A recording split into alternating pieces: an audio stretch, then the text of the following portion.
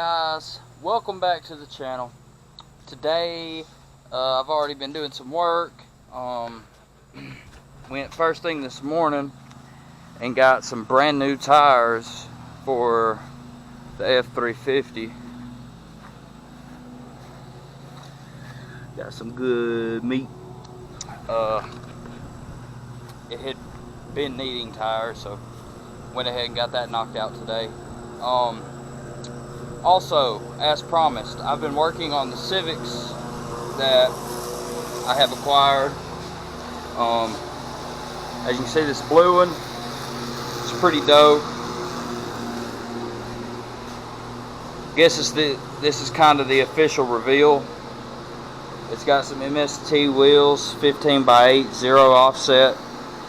The front end has been rusted on purpose, which I'm not a fan of, but you know, it is what it is. But it's got, in that gap in the hood, it's actually got hood spacers.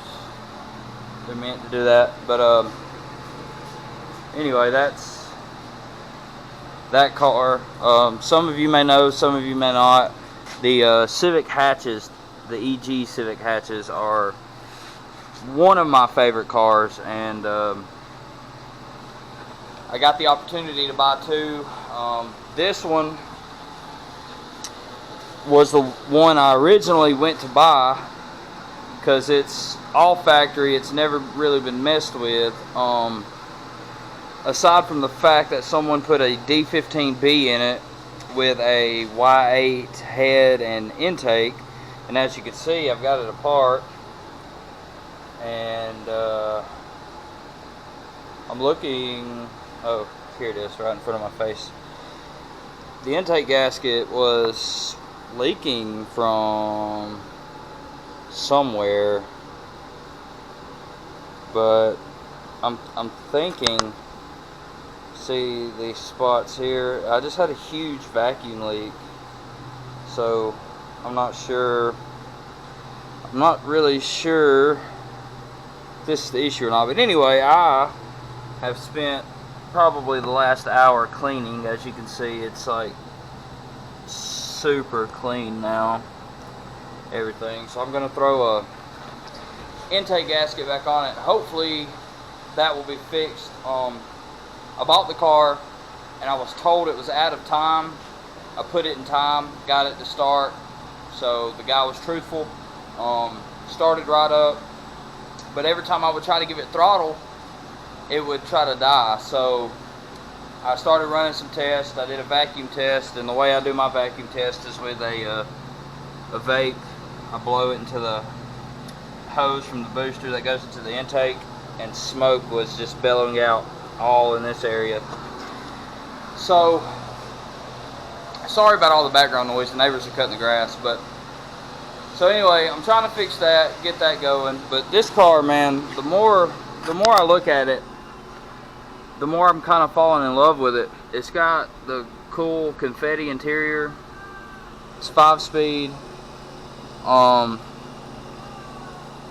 Brand new ECU. I don't know a lot about it, honestly. I mean, it's kind of rough. The guy that was wanting to put the head and intake on it couldn't figure out how to get it in time, so he kind of gave up on it.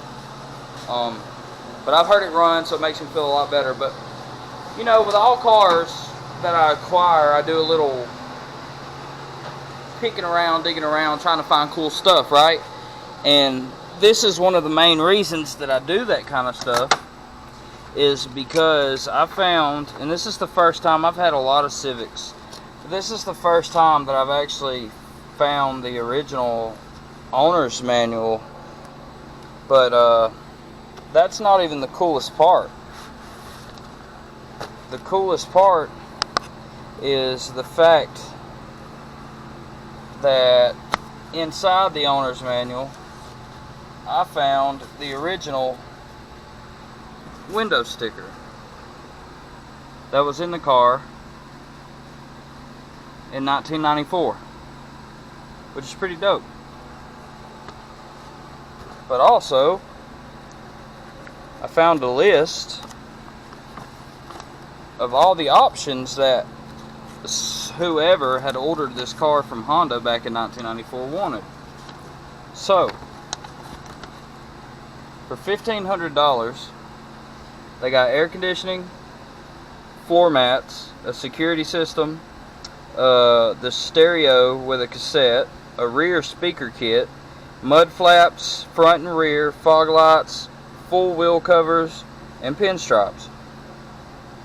And I just thought that was really, really cool. But anyway, enough about that. One second. Don't mind the ECU, needs to be tucked back up in there, but I was just verifying everything I was told from the original owner. Just verifying some things, but anyway. So, you may be wondering, well, why did you buy 2 hatches when you went to buy 1? Well, I went to buy the green car because my goal was to have a really clean EG hatch, lowered on some good looking wheels that had air conditioning so my family could ride to the meets with me and stuff. Now, as you saw in previous videos, I take the Del Sol. There's no room for the wife and the kid, you know, and I'm not going to leave one of them at home, so they end up driving a separate car every time. And I just thought it would be cool to have a car with air conditioner that was clean that I could take. And plus, I need something new. Everybody's seen the Del Sol. Everybody's seen the Mustang. I wanted to kind of do something different to bring out and enjoy the events with my family, because that's our hobby. But I couldn't pass up the deal with this one.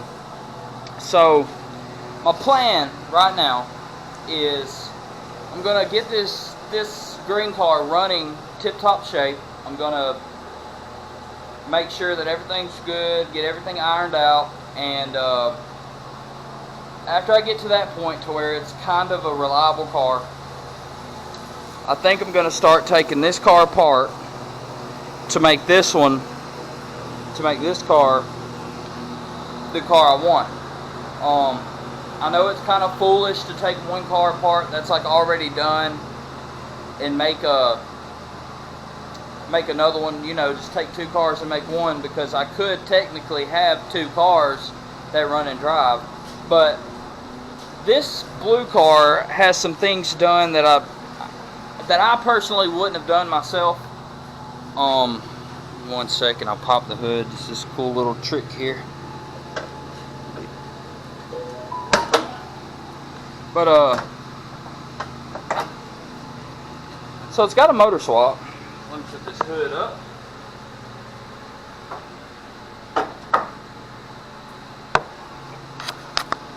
So it's got an engine swap. It's a D16Y7. Now, as you know, these cars came factory with a D15B7, which I prefer over these. And I understand why they did it. These engines are a dime a dozen. They're cheap. They're reliable. You know, the list goes on. So, like, you know, if something happens, $100, if not a little more, and I could have another engine in here in no time. But as far as, like, as you can see, there's no AC. You know, there's no telling if it's missing under the dash. I haven't even looked. I hardly have time to come out here and do this kind of stuff anymore. But I don't know. It's just really not my cup of tea. Whereas if that thing was lowered and everything was looking good, I did a good paint job on it, you know, it would be the car that I originally wanted. So there's that tidbit information. They splatter painted the hood. Looks like a cat or a squirrel got caught in the belt and whatever. Anyway, so there's a little update on that. I'm about to run to the parts store to get the intake gasket for the green car, and I'm going to get that back on, and maybe we can crank it and let you guys hear it. What up, guys? So, little update on the Civic. I went to do some fixing, put a new intake gasket on it, and still found out that I had a huge vacuum leak coming from that area. What ended up happening was the guy, this is a brand new head and a brand new intake from Honda, but the guy sent it somewhere to get port matched, where they matched the holes in the head to the holes in the intake. Well, something went wrong there. It's my assumption, because even with the new gasket, I still have a huge leak. But instead of just trying to find a head and intake that match, yada yada yada, I found a really nice swap to put in this car. And since this is going to be one I'm going to keep, and it's still going to have air and stuff, I decided to go ahead and spend the money. And before I got too far into it, I wanted to show you guys how I got this engine home. So as you can see right here up in the air is a B18 B1 out of an Integra, and as you can see, I hauled it almost 2 hours home in the back of the Yaris, and I'm in the process of removing it now. But I've done some crazy things in my life. This might be one of the craziest things, but aside from filling the back of it with power steering fluid, it did just fine. But anyway, I'm going to get this motor out, put it to the ground, and I'll keep you guys updated. Little update on the engine. It's the next day.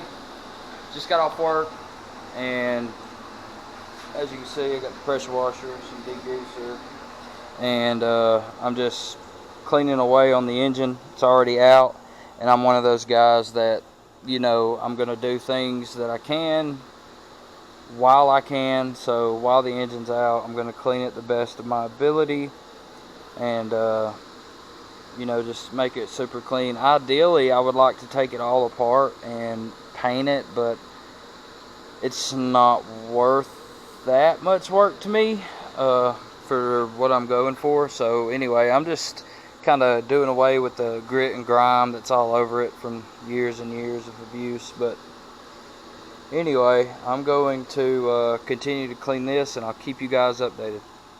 Alright guys, making some progress on the swap. I've got the fluids drained, I got the condenser and the radiator out, and now I'm going to start pulling the harness from the strut towers and pulling the clutch line off and the fuel lines and any other miscellaneous things that are connected, and then it should just be the engine mounts, transmission mount, and pull it out. So I'm gonna get that done, and I'll pick you guys back up once I have I don't want to lie to you, I was gonna say once I have the engine out, but I'll pick you guys back up when I feel there's some more information that maybe I should tell you guys. Anyway, I'll be right back. Alright guys, a lot more progress. I dropped the exhaust, I pulled the axles out, got the shift linkage out. Literally everything is done except hooking the cherry picker to the engine, undoing the engine mounts, and taking her out. Here's all the parts that I have pulled out. Sorry for the wind noise, but the AC condenser, the radiator, the intake, the reservoir, and the only reason I pulled that separate is because it's not broken, and I want to keep it that way. It's really hard to find those that are not broken. These are the axles that I pulled out, and those are the axles that are going in it.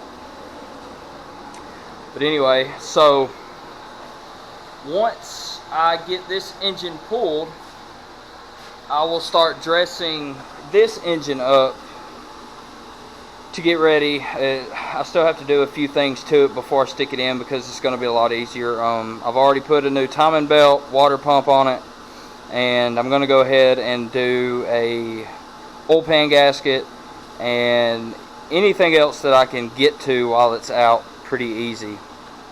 But anyway, it's getting close to dark. I've been out here for about 3 hours.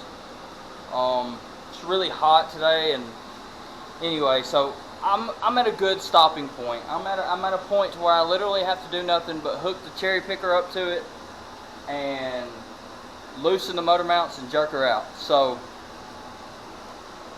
I'm gonna stop here. I'm gonna go take a shower or whatever, but I will pick you guys back up in the morning when I start on this. Hopefully I'll have this engine out and the other engine ready to go in. For those of you who don't know, I don't know if I've already said this, this is a D15B. It's a JDM D15B. I'm pulling it out and I'm putting in this B18B1 out of an Integra. It's like roughly like 40 more horsepower, but they say with the weight difference between the Integra and the hatch that it feels like 80. I didn't really care about the power gain more so than I did just, it's going to be cool. I'm going to have it decorated up real nice. This is going to be a car I keep. I'm going to have air. So this is just something I wanted to do regardless. So anyway, I'm going to pull this engine tomorrow. Literally, I have like probably less than 10 bolts and I could literally pull it out. Then I'm going to dress this engine, get it ready, so that way when I drop it in, I literally can plug it up and start it. But anyway, that's going to be it for me today. Like I said, I'll pick you guys back up in the morning, but there's a little update of what I've got done today. And anyways, I'll see you guys here in just a bit. What up, guys? Little update. Engine is out. There's the old engine.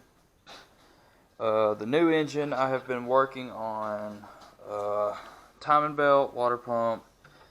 I was missing this AC tensioner pulley because I am going to run AC in the car. So I got that, got a new belt for that. I'm using the OBD2 alternator, and all I had to do was just cut the, because I'm using the OBD1 harness.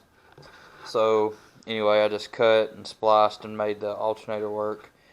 My jumper harness for the OBD2 distributor is supposed to be here today, and it converts these two small plugs to this one big plug. But anyway, other than that, I've got the wiring harness on, and now I think I'm going to, because you see the O2 sensor is on the front of the engine of the single cam, and so what I think I'm going to do is extend that wire, because the O2 sensor is on the rear of the engine here. So I'm going to have to take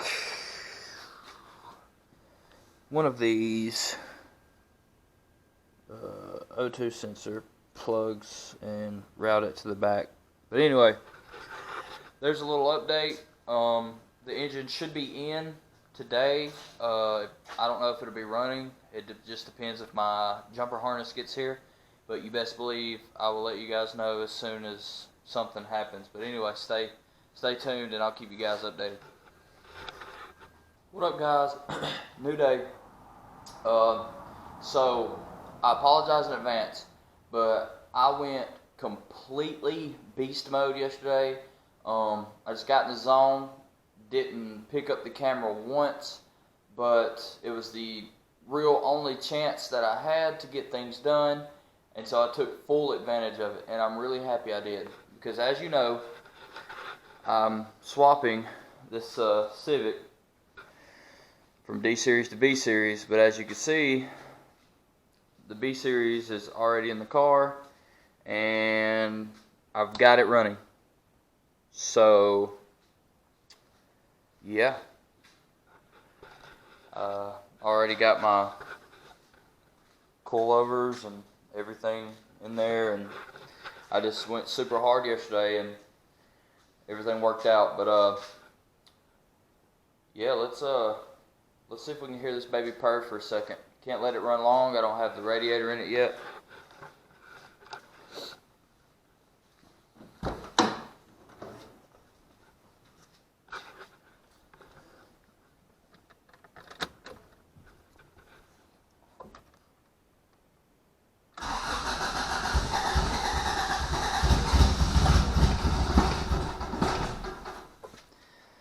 give it some gas. The fuel that's in it's really old.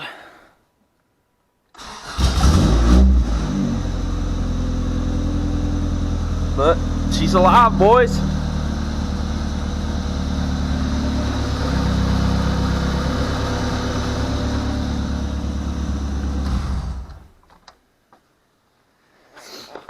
But super pumped. So now comes the fun stuff. Like I said, the plans for my car, this thing's going to be super, super nice. So next step's going to be, I'm going to button up some stuff in the engine bay, get it kind of set how I want it. Then, believe it or not, I'm going to pull this engine back out and clean the engine bay and stuff. This was really just a test fit to see what all I had to do, what all I had to fix, change, yada, yada, yada. But anyway, that's going to be it for this video. I successfully B-swapped EG hatch. But if you guys like the video, be sure to leave a like down below. Don't forget to subscribe. And as always, I'll see you guys in the next one. Peace.